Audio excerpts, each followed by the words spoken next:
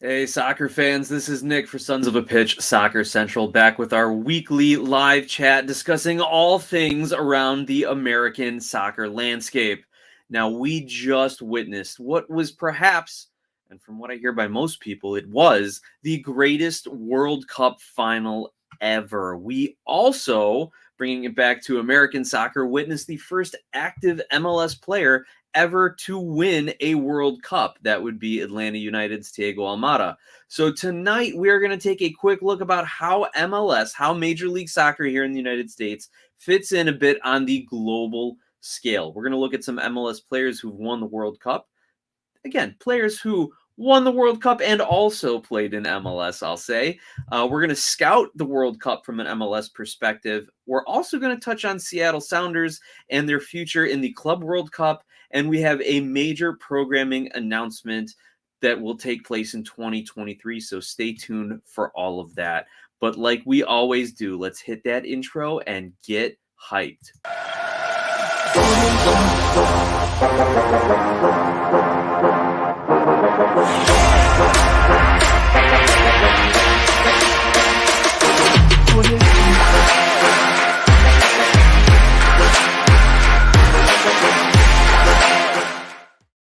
Hey, soccer fans, welcome back to Sons of a Pitch. Again, I am your host, Nick, here talking all things American soccer for you. As I mentioned in the teaser at the beginning of the show, we are going to talk about how Major League Soccer fits into kind of the global soccer picture on the heels of one of the greatest World Cup finals, if not the greatest World Cup final that we've ever seen. And if you've got thoughts on that epic Argentina-France matchup, make sure you leave them in the chat below, and you guys keep that conversation going as I ramble on about American soccer and MLS, as I tend to do. So our first topic for the night is going to be Major League Soccer players who should be in Major League Soccer, who participated in the World Cup and who should be coming over to MLS. Sorry, I got a little tongue-tied there. Got my notes a little sideways with my links.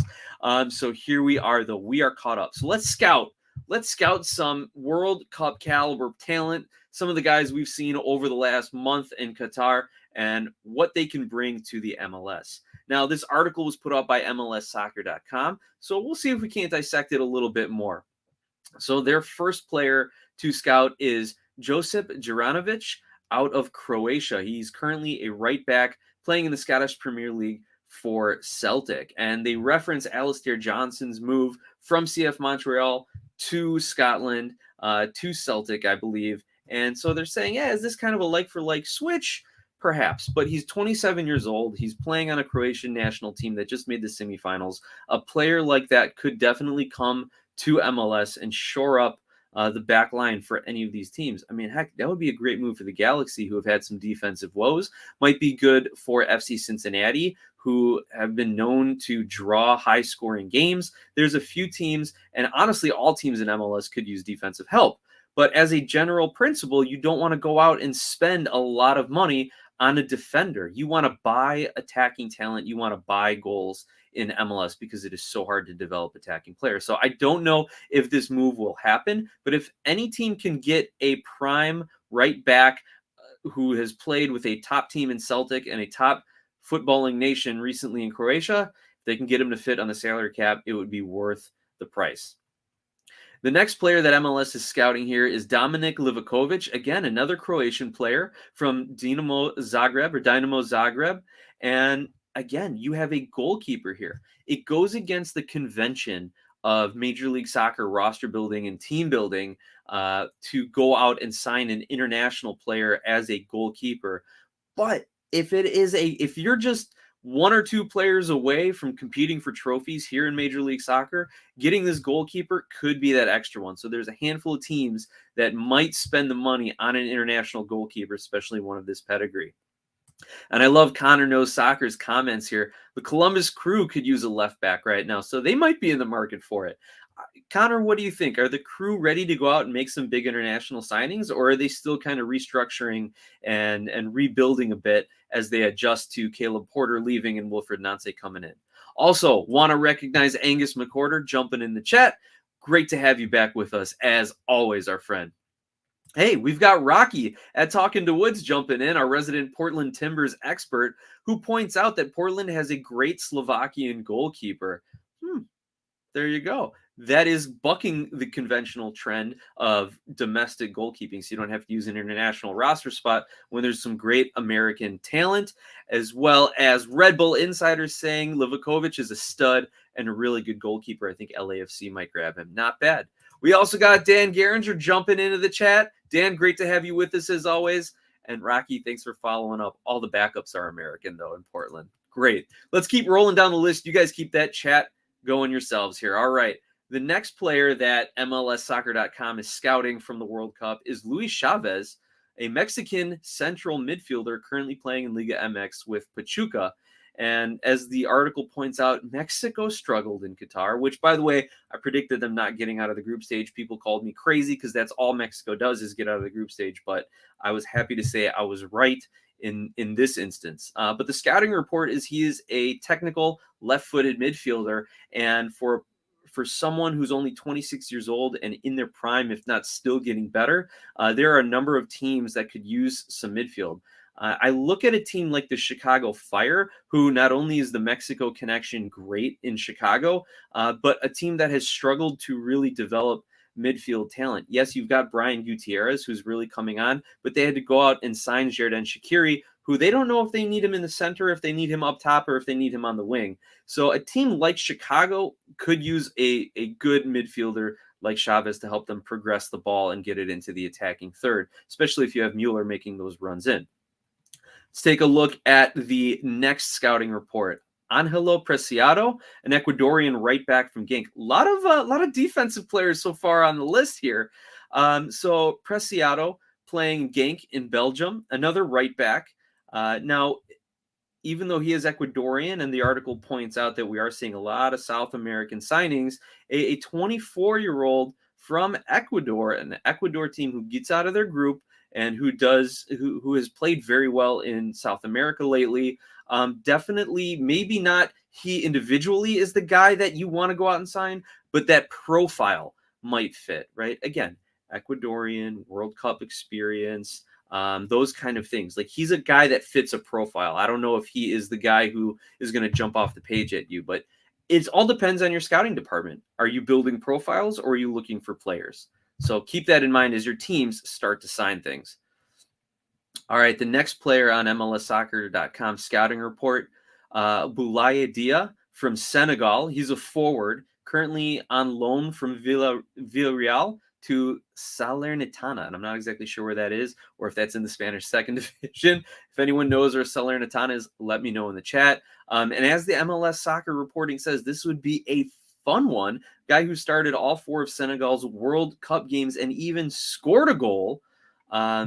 This could be the striking talent that these MLS teams are looking for. As I mentioned earlier, you buy offense. Like, that's the best way to do it. You find proven strikers and then you bring them in. Now, there's a 12 million euro option reportedly on Diaz, so it would be a huge transfer fee. He would definitely be a DP who would have to go to a very top club in MLS, someone who's willing to spend money and has money.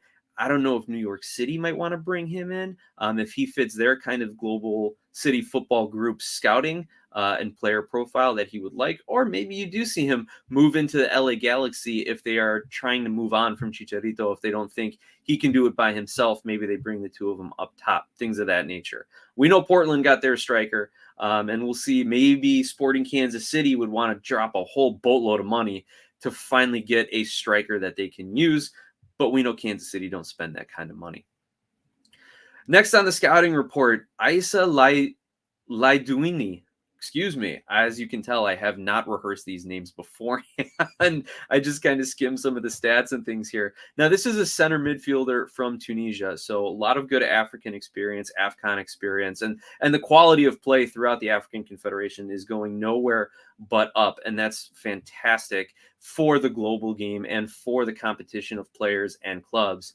Now, he's described as an entertaining player with great celebrations, but he currently is playing for Ferencváros in Hungary, and is excellent at dribbling and passing. And again, those kind of players will do really well in MLS. So this is an excellent scouting report here, because we've seen, even with LAFC, the Shield winning MLS Cup winning team throughout the second half of their season played a little bit more conservatively and played a little bit more counterattacking soccer, which allowed teams to control the midfielder. So Laiduni would be very well suited to come into MLS and be that kind of ball progressing, creative midfielder that some of these MLS teams would want to use.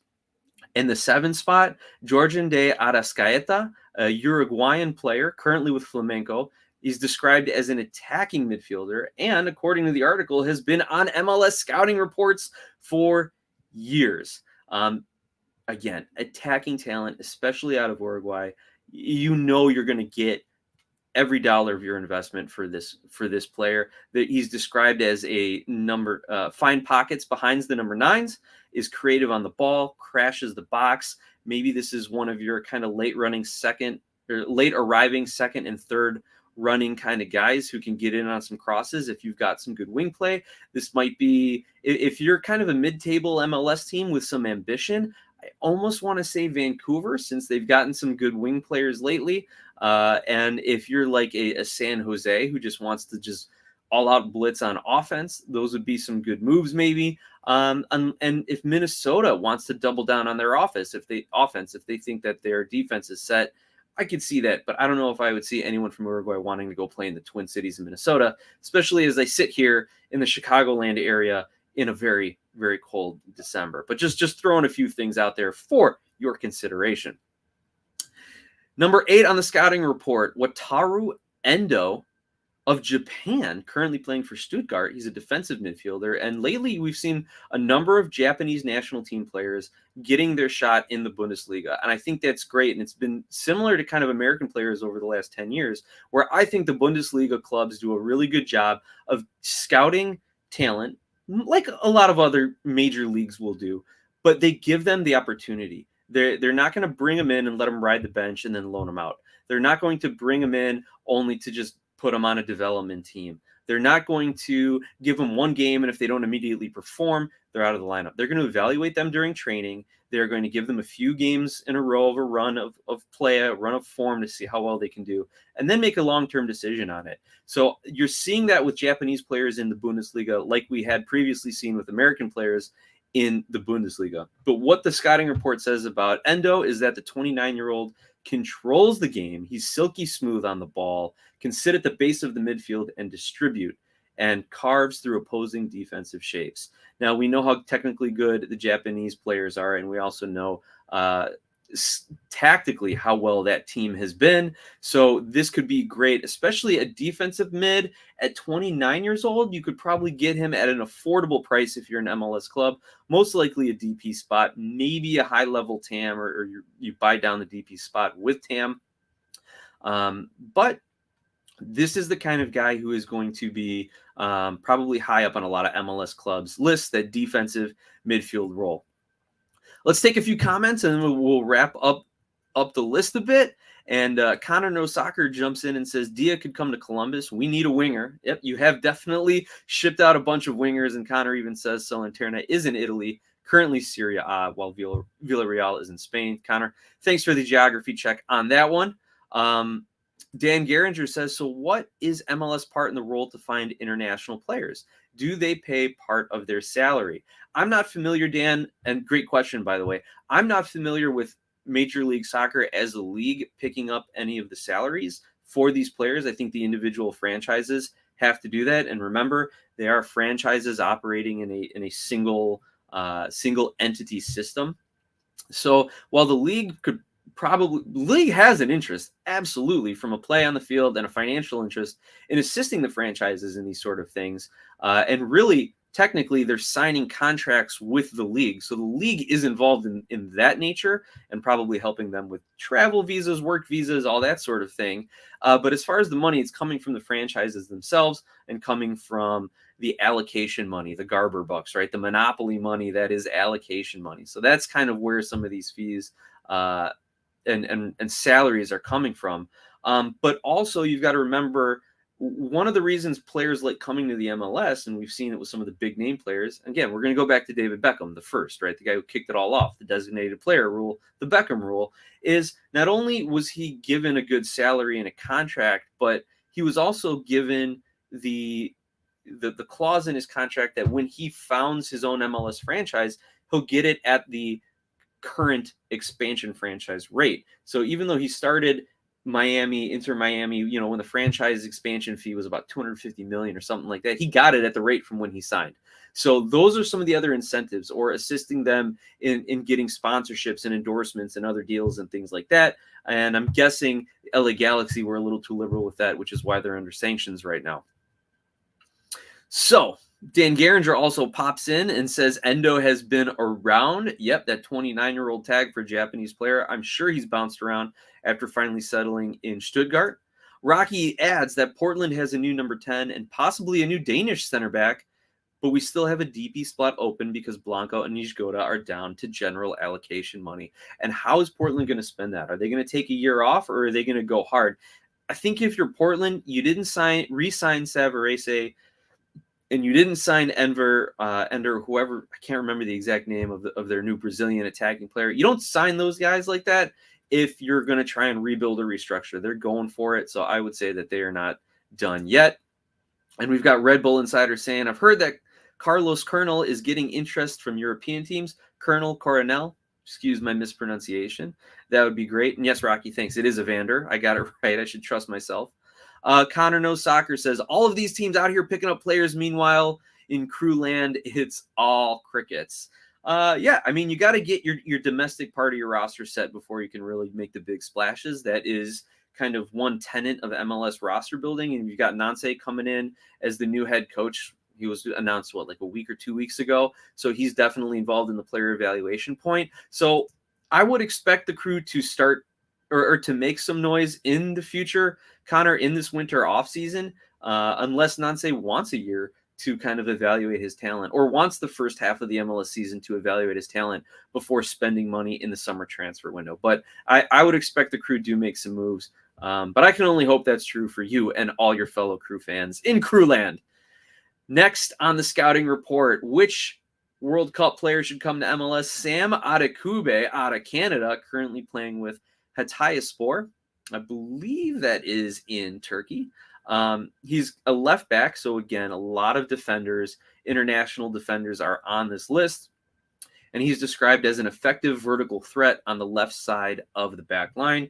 He's got some MLS experience. He's played for Canada, so you won't have any of that adjustment period, or won't be as great of an adjustment period. And here you go, Connor. This scouting report says that the crew might be a great place for Sam Adekugbe to end up, since Wilfried Nancy likes to emphasize wing backs. And yes, Adekugbe is currently in Turkey's Super League for Hatayspor.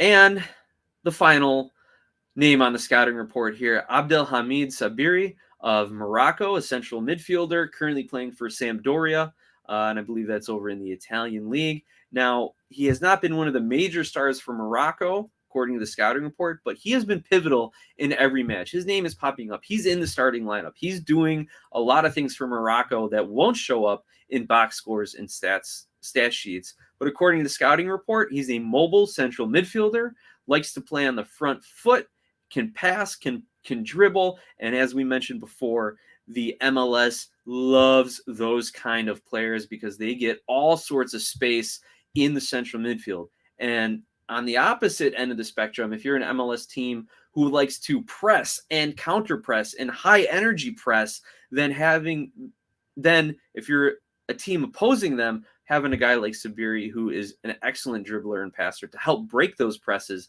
and counter presses is a necessity. So those are the 10 players that MLSsoccer.com thinks are on the radar of some MLS clubs who should be scouted by MLS clubs. And I can't find a lot of fault in them. They've picked out defensive players and as well as Technically gifted ball progressing midfielders, if I can, say that phrase and you guys don't get it stuck in your head with every soccer talking head, a ball progressing midfielder. It's almost like a new coach comes in and says, oh, we want to play beautiful, free flowing, attacking soccer. Yeah, everybody does. Everybody wants to be a ball progressing midfielder.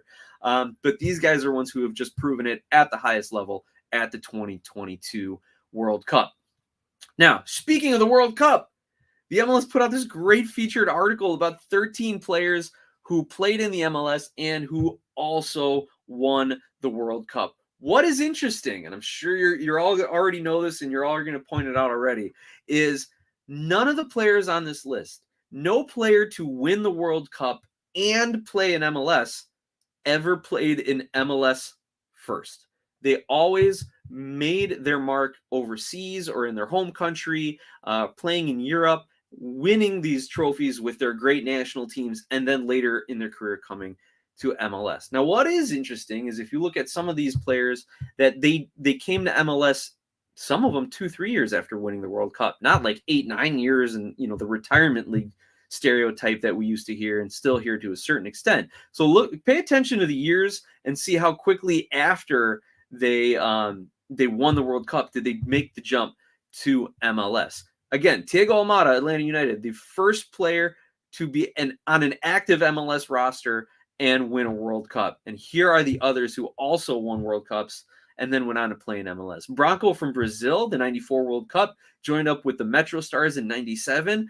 Wow, this was young in my soccer formative years here, and I barely remember Branco as I was watching that World Cup, finding whatever TV I could, no matter whose friend and neighbor's house we were at that point in my life. But he kind of got it kicked off for everyone here, right?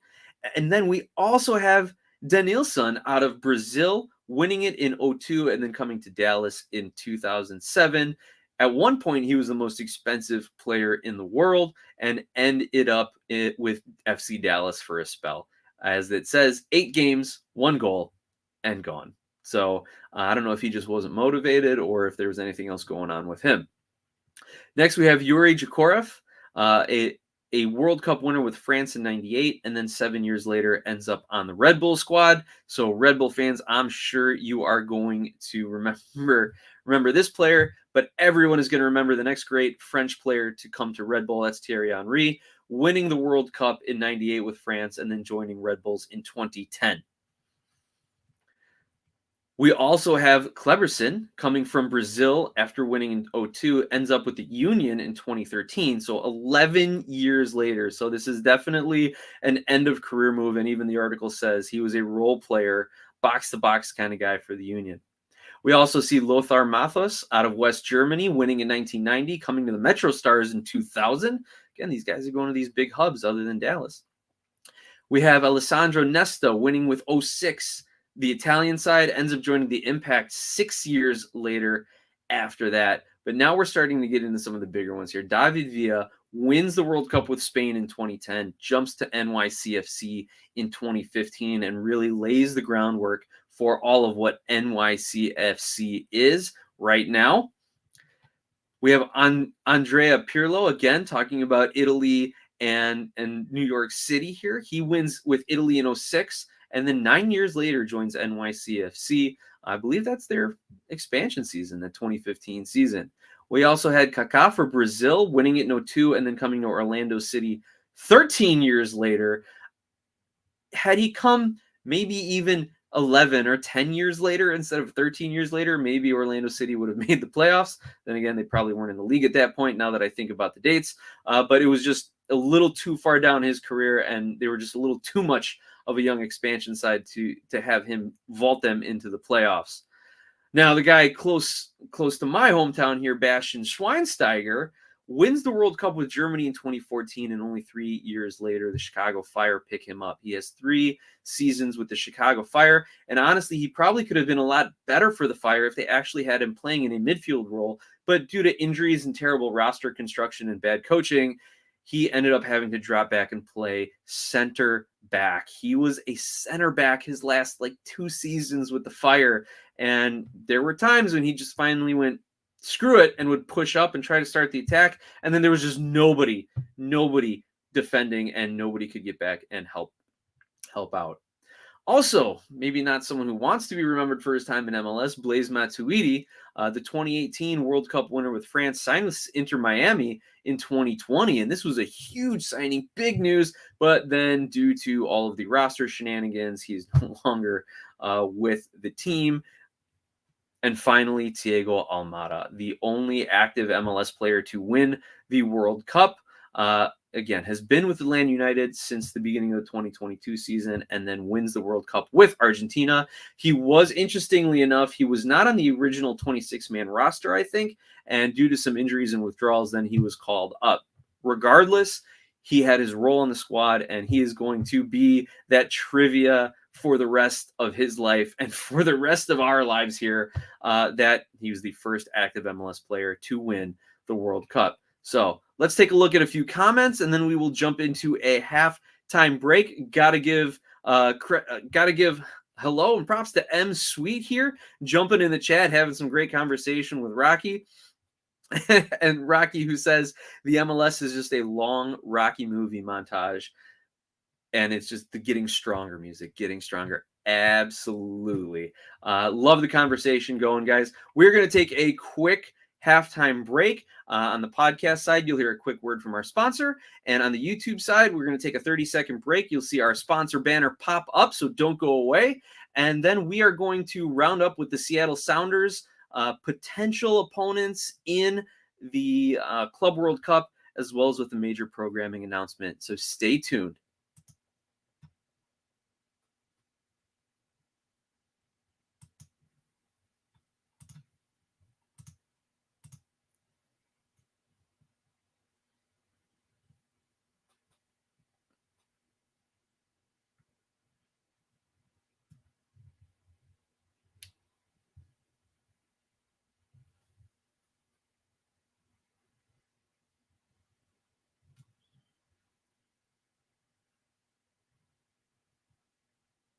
All right, soccer fans, we are coming back for the second half of our weekly roundup here with Sons of a Pitch Soccer Central, covering all things American soccer. Thank you for listening. Thank you to John Donovan and Skira Icelandic Spring Water for always supporting us here at SOP and allowing us to do what we do best, and that's, ramble on about soccer, talk a little footy, make some friends, have some great conversations. So just wanted to quickly touch on, again, we're looking at MLS on the global scale, and now we have an MLS club in the Club World Cup. The Seattle Sounders are off to the 2022 FIFA Club World Cup. You can go check out this great article here, kind of outlining things that will be going on there.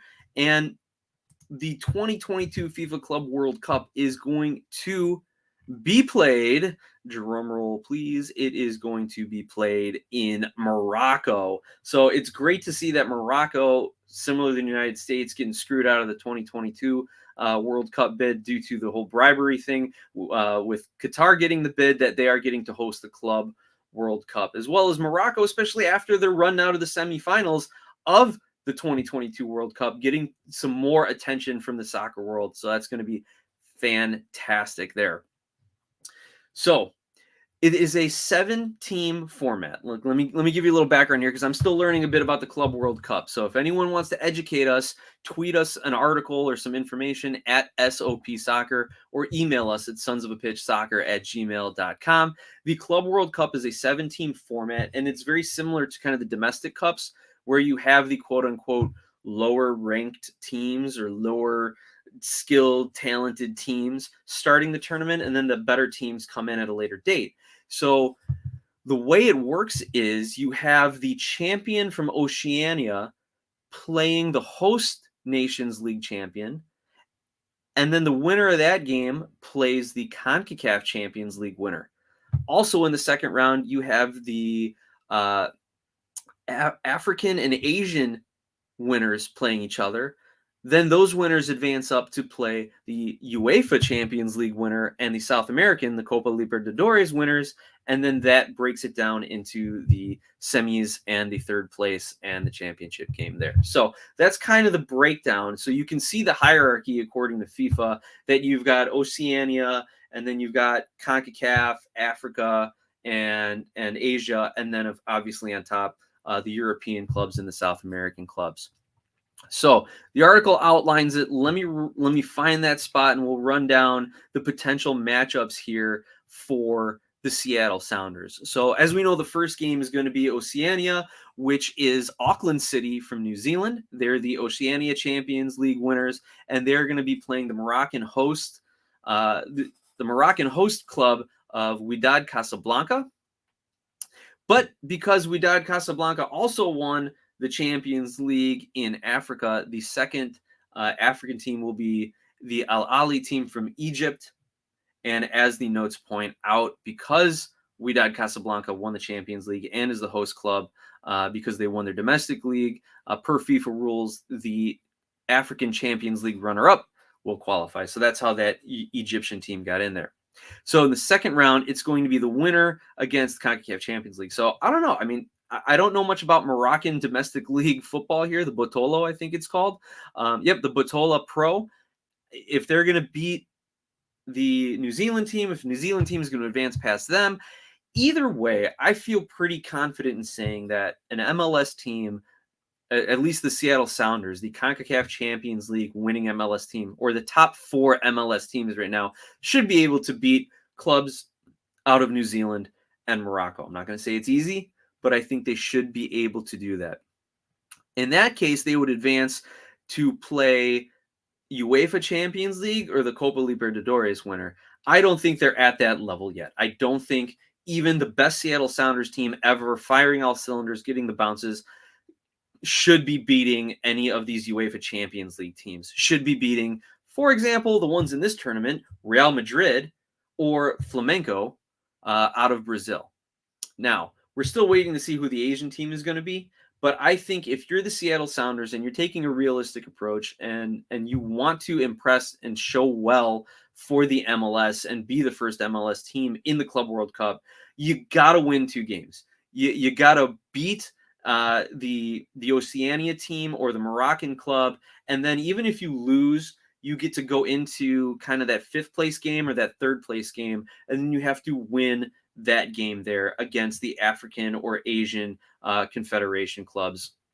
That, I think, is the goal. I think that's a realistic goal for these Seattle Sounders, assuming they get healthy and assuming they do things right and kind of work things the way it needs to be from a roster standpoint, from managing it as a tournament, because it is a tournament. Tournament play is different, absolutely different. We saw that some clubs could handle it in the World Cup and some nations couldn't here, right?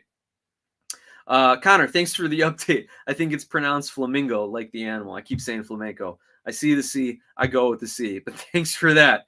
Red Bull Insider says this format is pretty weird, honestly. And yeah, I mean, if you think about it in the context, like it's a domestic league where you kind of come in at your status in world soccer and then kind of shakes out in like 1st, 3rd, and 5th place games. Maybe not, but it's a lot to keep track of, and I'm stumbling over it myself here. And also, RBI says, I forgot Seattle won the Champions League. I think I forgot because they never experienced winning CONCACAF Champions League as a Red Bull fan. Wow. Okay. Well, hopefully that can change. Hopefully Red Bulls can get in over the next couple years and make some noise. But yeah, I can imagine when it's not on your radar like that. Rocky says even LAFC shouldn't without a few multi-million-dollar defenders. Seattle could even lose their first game based on their entire season. Interesting take, Rocky. But he also hates Seattle. Very true, as a Portland Timbers fan. And I think a lot of fans around the country would say, yeah, we hate Seattle too. Definitely Mike shares that with you. Our founder, our owner, our co-host, our TFC expert here definitely shares that with you. And with that, that's an excellent segue. Thank you for setting that up, Rocky. As we get into the end of our show and the programming announcement, we wanted to let you guys know 2 things. First of all, it is December 19th. Christmas is right around the corner. We are smack dab in the middle of the holiday season, no matter what holiday you all celebrate, observe, or choose not to observe. Hey, enjoy the time off from your jobs regardless.